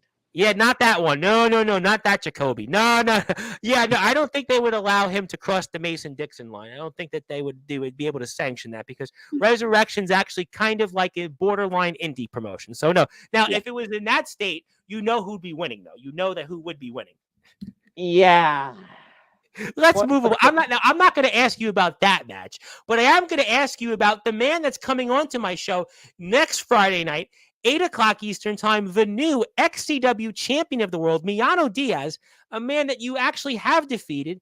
And I was curious your thoughts on Miyano Diaz and if you saw it that he was going to be the guy that would be the man to lead XCW and be at the top. And he's obviously been a name that's been on our radar here for many months. And credit to Justin Parsley for setting it up. And what's your impressions on Miyano Diaz in your old promotion? And did you know months ago that he could be a guy that could be, maybe the next world heavyweight champion? I mean, I always thought that Miyano was a talented kid. He really was nice. Again, he's one of the many. I know it sounds like I'm saying that about almost everyone that was there for the most part, but a high majority, almost everyone was a really nice person. I love a lot of the people in the locker room because we have a lot of them on. I would say almost near majority, full majority of them are just great people. Yeah, top tier human beings. They really are. No, but he really is a bright kid with a bright future ahead of him. And I remember when we were set up to wrestle for, I think it was XCW Overcome. Yep. Was that? Okay. And then he was out of it. Like, I was rehearsing the match with him because I really wanted it to be good, like I do with almost every single match I'm in. And he was out of it because in real life he does amateur wrestling. Yep. Yeah, I don't even know how he's coming on. I don't even know how he's coming on to Sportzwire. We were talking about this and I'm like, you sure you want to do this? He's like, no, I can do it. I'm like, okay. Yeah, more power to him. I remember doing that shit in 2020. It was not fun. So I completely understand that it can be immensely draining, and then having to bump in a ring the following day for the most part, depending, schedules are crazy. But I have always seen him as like the future of the company. I just didn't know it would be so soon. Like, it was a bit of a shock to me when he beat ACT, and I'm like, oh, okay. Like, yeah, I think a lot of people. I think. Listen, I think that ACT was certainly being built for the title. They went in a detour. Brady Branson held the title for a little while. ACT was starting to, obviously hang on to the title and develop with it. But EBW, as you know, is obviously the premier faction right now. We had Mitchell, the Riot Maverick, the newest member of EBW, and Miyano's the champion. Miyano's going to be here. And, look, I think there's some great talents in XCW that I wish I could have seen you work with. Hunter Halkin just had a match with your old nemesis, Chris Jones. I would have loved to have seen you and Hunter Halkin mix it up. Again. I know. Oh, did you see that match with me and Hunter? It was XCW Ground Zero Animosity. He defended the international championship against me in an open challenge. Oh, yes. I did see that match. Yep. Yeah. I would have loved to have seen you and him after his match with Chris Jones, is what I kind of meant to say. Yeah. They had a match this past week, and I would have loved to have seen that. And I think Eric Mason was another talent that you had spoke of that, obviously was somebody that you would have liked to have mixed up in the ring with. There's a lot of people I wish that there could have been, what ifs. Obviously, I saw you and Corey Lee mix it up. Obviously, Corey Lee is, been at it for, forever. This guy's, he's had like ACL tears and leg injuries. He's still going at it, but, we'll have to find out. But, maybe they'll come to YBW. Maybe they'll come to YBW and, watch you in the ring. And, I wanted to ask you about one other promotion before I get to a few other things and closing thoughts here. And with you, I know I can speak with you for hours, but you're Aaron Blaze, you're the headline, you're the main event. And I actually have 3 shows after you between the next 36 hours. What's that? Do it. God bless your heart. I pray. No, honestly, I'll be honest with you. I'll tell you a funny story real quick, and maybe the audience will chuckle this. I was doing a show with a British promoter. This had to have been like maybe 2.5 months ago. As I'm doing my intro, I felt my voice crack, and I'm like, uh-oh. And it was like, but I kind of like held my breath in like the whole interview, and I purposely, like, I had a show that evening. I forget who it was.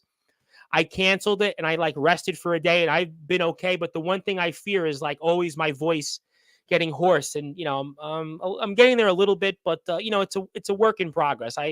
This weekend was a big deal because I was like, okay, I got to clear the deck. It was we were talking about this for weeks and months, and this is a big weekend for us. But yeah, just like you go out there in the ring. Listen, you go out there and wrestle. You were in Indiana, you wrestle multiple matches in a day. You know how it goes. D'Angelo LaFlame did the same thing in Alabama. You just kind of go out there and do it. The people like it, and that's kind of why I go out there and do it. But, you also spoke about a company once upon a time that I do some work with that you would love to wrestle in. And speaking of that company, they actually also have somebody named The Blaze in there.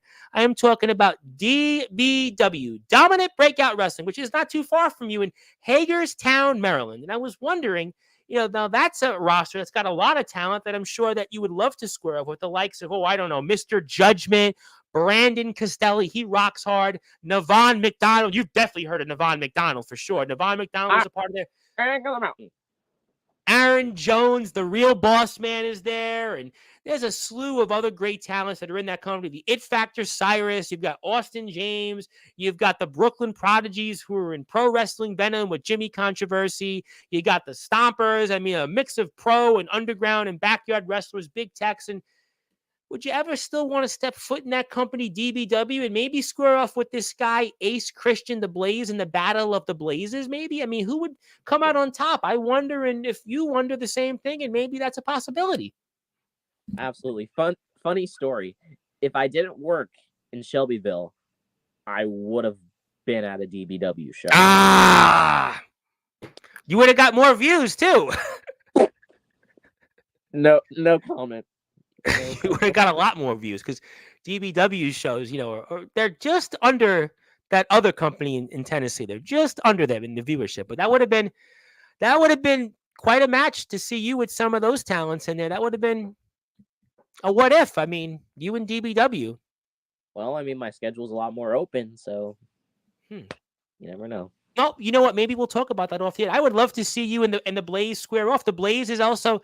He's in VTW. He just wrestled Aaron Jones, and Aaron Jones defeated him. He had this whole contract he was signed, and he didn't get through with that. That's another company. You in VTW. I mean, right there in North Carolina. I mean, now that's a company that you would really be going to the mothership, and that's a company.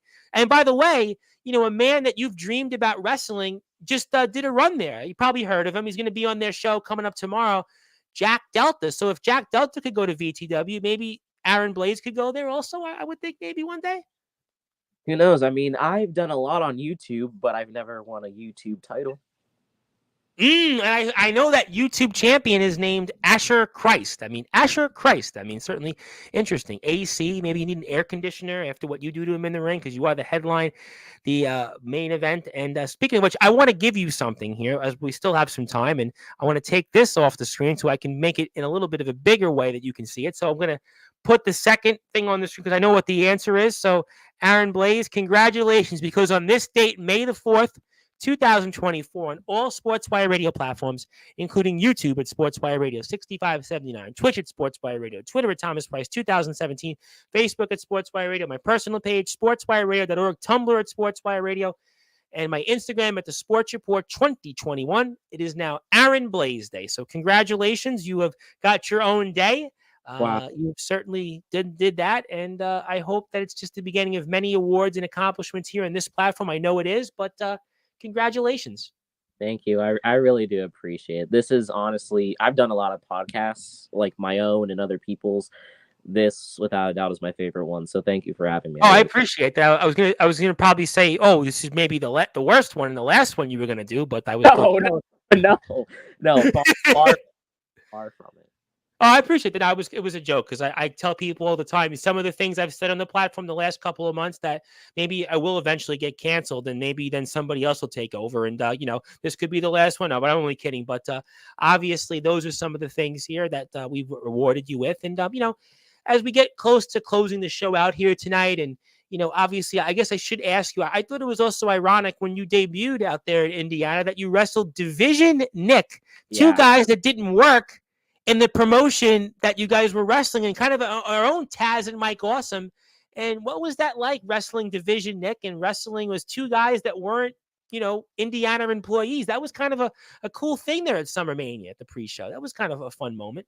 it was awesome for me because I remember like a lot of stuff I did in 2023, and it was just a year of dream matches to an accord. Like I wrestled Kurt Adams Yep. twice, and that whole thing blew up. You And said then a lot about Kurt Adams, by the way. You said a yeah, lot. yes, I did. And no offense to Kurt. I mean, I've changed ever since I've stopped being critical, but I haven't seen or heard from the guy since I stomped his head in and pinned him. Wow. So did I retire Kurt Adams? Did I break the backbone? Not for me to say, but no, Kurt was like one of my favorites working with. But yeah, I broke the backbone. I've been battle tested. I destroyed Division Nick. I laid out the law. I did a lot of dream matches in 2023, and On it's multiple occasions, you did that yeah, to the law. Apparently, multiple. he's never beaten me. I've beaten him. I know that. I wasn't gonna go rub it in that much, but yeah, I was thinking about it. But but Division Nick is a guy that a lot of people would have liked to have wrestled, and you did that. And Summer Mania, I think, was maybe the high watershed moment of XCW in 2023, and to be on that card, that was a pretty cool feat. Yeah, I felt like, and this might sound self-absorbed, but I felt like I did in a way start a bit of I guess a revolution for them heading into the next stage, because granted there were other people that went there and did things for them, but Anthony I think he did a lot for them. Anthony had wrestled them for them. He was the New Age champion. They, but not often. It's funny that every single other person that traveled there won a championship, but I didn't. I just find that funny. Well, how about the fact that Jack was the New Age champion, Anthony was the New Age champion, and you didn't get it though. Yeah. Funny how I was told that was going to be my spot, and instead I wrestled DJ Wolbert, who's no longer in the company, by the way. My good buddy DJ Wolbert, though, who's unfortunately no longer there. And a lot of guys you were in the ring with, Hayden Vex is no longer there. DJ Wolbert's no longer there, and a lot of people there. Yeah, Tucker ended up going back for some reason. Yep. I don't know what's more of a demise. His Trinity Parker's not there anymore. She left the company. It's just, I don't know. I don't know what's going on. Maybe you started a revolution. I started too. Oh boy, I'm gonna get canceled for saying that. That was on me, not on you. That was on me just now. No, you're fine. But like, I've said it privately to certain people, and I'll say it publicly. I know I got bashed on some bitch ass Q&A video for why working relationships with them are slim to none. Everyone's experience is different, for sure. But you weren't the only one. But I think you got lumped in, and I want to ask you about Brett Anderson in a minute. But I feel like you did get lumped in unfairly because Soldier and Omen went there, the Midwest Express went there, JX went there, Jacob Collins went there. You were Jack was there. I mean, you weren't the only one. They had, Richard Ravitch was there. I mean, Richard Regal was there. I mean, they had other people that were there, so it wasn't like you were the only talent that showed up into the company. Like I said, Richard Regal's in the Indies. Jack obviously, Jack is like the definition of traveling. Jacob Collins was there. JX was a world champion when he was there. The IMF speaks for itself. I mean, a lot of people went there. So I think sometimes you get unfairly criticized more than, those other talents because they, I'm sure, would tell you their side of the story was similar to yours. Yeah, and the funny thing about that is, like, I don't get how, it was encounters and it was hyped up to be this big, oh, well, everyone gets to work with outside talent, but I didn't.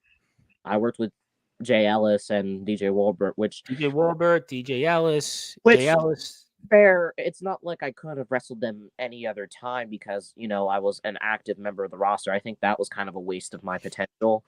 But, beggars can't really be choosers. Yeah, it was what it was. You were part of Team XCW. You wrestled Jay Ellis. You wrestled DJ Wolbert. You had a match with Corey Lee. You had the Chris Jones match. I mean, was what it was. I mean, you had Julian Void Jacobs, you wrestled him, if I recall correctly. Yep. I mean, you had Milano Diaz, we spoke about. You were building with Tommy Merriman. I mean, that's what it was. I mean, it is what it is. I mean, you can only go forward. Which I do want, since you bring up Tommy, I do want to say this, and I hope he doesn't get in trouble for this because Oh, I don't. he got in trouble for coming on my show already, so I don't think he cares. Tommy Merriman doesn't care. Yeah, yeah, I care, and I don't like throwing people under the bus when it comes to shit. Ever since I left, like I got backlash from it's obvious who I got backlash from, and then another person who didn't know the full situation needs to keep his mouth shut. I'm not gonna name who, but Don't. yeah, I'm not. I've had minimum interactions with Tommy. They weren't they were never negative. Like we never had a fallout. We never had an argument. I will say if there's anyone I would ever really owe an apology to, it would be Tommy, because Tommy hasn't wronged me, and I know what it's like to get fucked out of a feud. It fucking sucks. That happened to me almost the entirety of CBW towards the end of 2023. So if anyone understands that, it's this guy. He even, and I'm not knocking him because he was probably busy. I mean, he has kids, he has a wife. Yeah, Tommy's. We had him on here. His stories, like a lot of other wrestlers. It's Yeah. February 18th, he wished me a late happy birthday when it was on the 17th, and I don't ever check my Facebook ever. And I just look at it and I'm like, oh my God. Because that was either the fifth or sixth time one of the XCW guys really got to me by either complimenting me or saying something nice towards my way. I'll give you another example.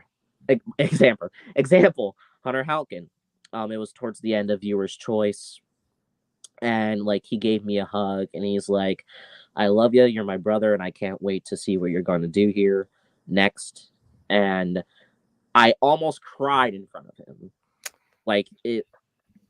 because he said it with such sincerity, and he was looking deep into my soul. And it sucks that we don't talk anymore. It sucks that I don't talk to a handful of them because I was threatened not to. But well, it's and I know it's the politics of it, and guys, they want to work and keep their spot, and that's, I mean, I have a guy, Alan Michaels, who's back in a company in Tennessee, and there's certain people that come on the platform, and Alan really can't be on the show for different reasons, and I understand it. I understand, but it's what it was. But yeah, you know what? As a fan, it's it stinks that you had to leave the company, and I wish it would have been different. But at the end of the day, we've got YBW to look forward to, UWA to look forward to, which I'm going to get to in a minute, and we've got some other places, that I'm sure will not make the same mistakes, and we're going to get it right somewhere else. And you are certainly, in our law, very, very well remembered and very, very well respected and beloved. So I'm not worried about any of that. So let me ask you this then: what is your final words for Brett Anderson? Be ready. That's all I can say to the kid is be ready, because he snuck a bit of a fast one on me in my SBBW debut, but it was a triple threat. And even then, he took the fall at the end of it, and he's going to take the fall later tonight opening UWA Destiny, because it was my destiny to come back. It was my destiny to take that Heritage Championship, and it will be my destiny to keep it for a very, very, very long time. So you know what? As I know that Mr. Anderson's going to be watching and listening to this, that I'm sure will make a note that he hears this, and I have something that will tell me that he'll maybe have a response one of these days. So I hope that people will check out the next show for UWA. It's the Underground Wrestling Alliance. So be united and watch them. The Underground Wrestling Alliance Destiny takes place later this season, the other company in Tennessee. So go out and support the Underground Wrestling Alliance. And I wanted to ask you then this question before I get to closing thoughts. One of my two last questions. If I were to say to you that you were on the Backyard Wrestling's Mount Rushmore, what would you say to that?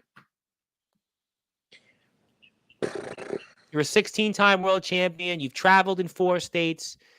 You've wrestled a who's who of big stars that have been on this platform. You've been a main player and a major player in so many promotions.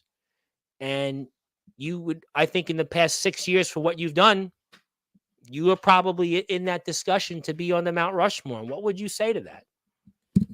Um, well, I would say that I'm still missing a few key components for me to believe that I'm on that Mount Rushmore, because there's still some dreams that I need to make into a reality to cause a real shockwave throughout the yard. Heard that word there. Heard Yeah, that word. dream matches I need to do. There's still titles I need to win. There's still some stories I need to finish. Maybe put a headshot through a few people or so. Headshots. Well, that was Xavier Thorne's catchphrase. His new finishing move used to be the warning shot. Now it's the final shot. Yeah, well, kind of hard to take any shots when you don't even have the right ammunition. Well, I'm not going to go there because Mr. Thorne actually he said he loved being on Sportswire and he's going to be back on. So I can't. We are all wrestling matters, so I can't disparage really everybody on the platform. If I do that, I'm a hypocrite. We want to keep you on track, and we'll see if those shots. But you know what? I think you're very much in that discussion for the Mount Rushmore, and maybe that's why the next time you come on this platform, or I don't know, maybe we can induct you in this thing that we have called the Sportswire Radio Hall of Fame. And boy, would it be so fitting to have you in that Hall of Fame. After all, one of your former employers has said a few things about my Hall of Fame. And, boy, I'm sure it would certainly cause quite a commotion to see you in the Sportswire Radio Hall of Fame. And boy, that would be something, if you accepted, maybe we could make happen in the next month or two. That would be amazing. I'd really appreciate that.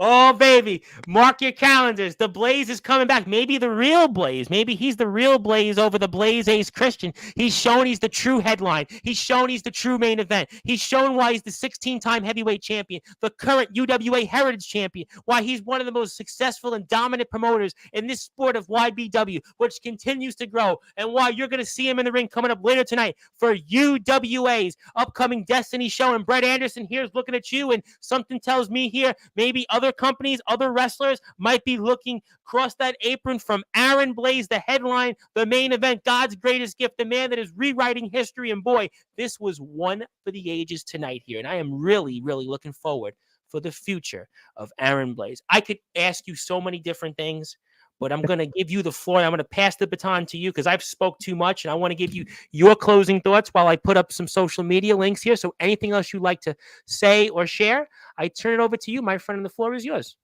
Yeah, first of all, you don't talk too much. If anything, I feel like I talk too much. I'd like you know if you did. You were wonderful. You were perfectly fine, and I appreciate you for having me.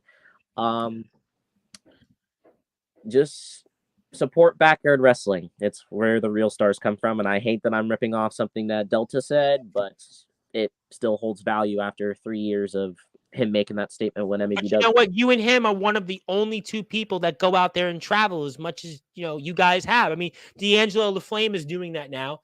Anthony Steelhead did it in the past, and there's really only a handful of you guys, that have done it. Omen and Soldier did it last year, but they've kind of transitioned more into the indies. But there's only a handful of you guys. So yeah, you could go say it. I mean, I haven't walked in your shoes.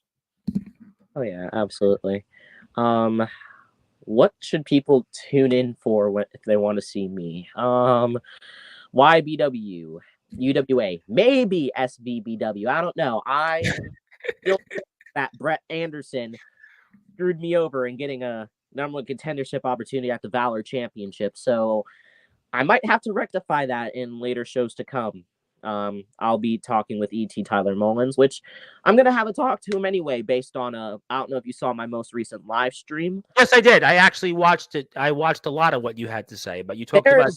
There's a lot to unpack there in a ring. And because I know I'm going to trailblaze through Brett Anderson respectfully, I think it's time I put a burning bullet through the headshot.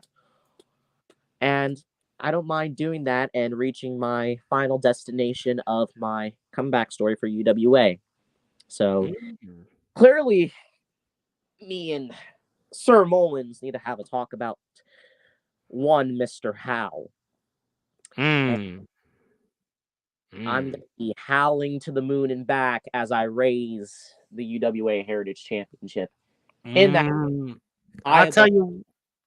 I'll tell you what, this is why you got to tune into the Underground Wrestling Alliance. This is why you got to go out and support Aaron Blaze. He's on Instagram. He looks a lot better now with the mustache. He looks better now, and he's got Kenny Omega like pictures, but now he's a 16-time heavyweight champion, a man who's won more championships than I lost count, a man that'll hopefully be in more states one day, and I hope one day to get a chance to meet this young man.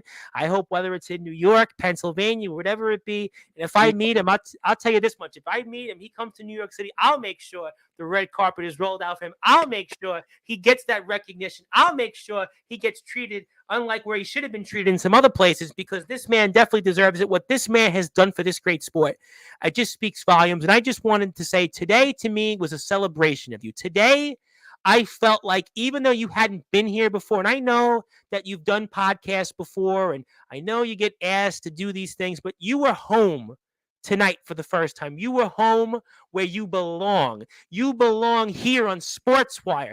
There is no other podcast that you belong on but this one. You can do other podcasts.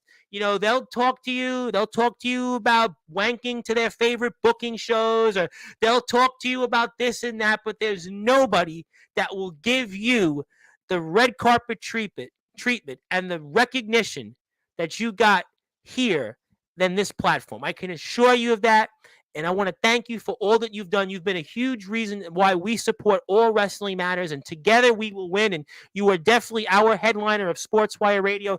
You have definitely been acknowledged, and it's our day for you. And I know that the next time you come on, you're going to join our history, and you're going to be in the Hall of Fame probably before Mr. Delta's, because Mr. Delta's actually not in the Hall of Fame yet for whatever reason. So Really? He's not. For whatever reason, I don't know. I've had him on twice. Jack is very selective. He doesn't like.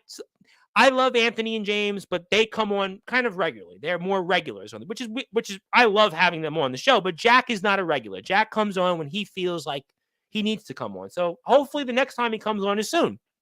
You know, hopefully it's soon, but we know that you'll probably be in the Hall of Fame before he does. And I hope that everybody supports you in all the great platforms you're on. Also, please support our friends at UWA, YBW, and anywhere else you may show up. And thank you so much for all that you do. Thank you for being a huge part of All Wrestling Matters. I can't wait to watch UWA coming up here later this evening after I'm done with Craven Rage. And I'm sure I'll talk about you tomorrow with Copper Dragon, Mr. 7-star superstar Raider himself, the Dave Meltzer of Backyard Wrestling. Check him out on TikTok. I'm going to ask him about you. I'm going to tell him that he should rate one of your matches. And I hope that everybody else does the same thing. But looking forward to watching you in the ring. Hope to have you back on real soon so you can take your place in history. And when we're off the air, I'll send you these physical copies. Awesome. All right, ladies and gentlemen, that was the one and only headliner, Aaron Blaze, the main event, the 16-time World Heavyweight Champion. He's the owner of YBW, and also he is the UWA Heritage Champion. My name is the Reverend Tom Bryce. You're the voice of All Wrestling, World Wrestling Matters. If you're on SportsWireRadio.org, you're going back to your regularly scheduled programming. I'll be back here at 9:15 p.m. Eastern Time to induct Craven Rage. That's right, Craven Rage, the backyard nightmare and the ruler of the yard, supposedly, into the Sportswire Radio Hall of Fame. But I have no doubt he is going to face a firing squad. You thought that Xavier Thorne was firing shots and he was getting that deflected. You wait till Craven Rage comes on here, but it's going to be one for the ages. But it'll never top what Aaron Blaze did here in his debut to Sportswire Radio. And I'll be back with Copper Dragon 6 o'clock tomorrow, also 9:15 p.m. Also with Jacoby of Resurrection Wrestling and D Savage, where I'm going to ask a lot about Aaron Blaze and New Underground Wrestling Monday night. But until then, good morning, good afternoon, good evening, wherever you are. On the number one global relation that is Sportswire Radio, where all wrestling matters. Remember, go support Aaron Blaze. Thank you, everybody.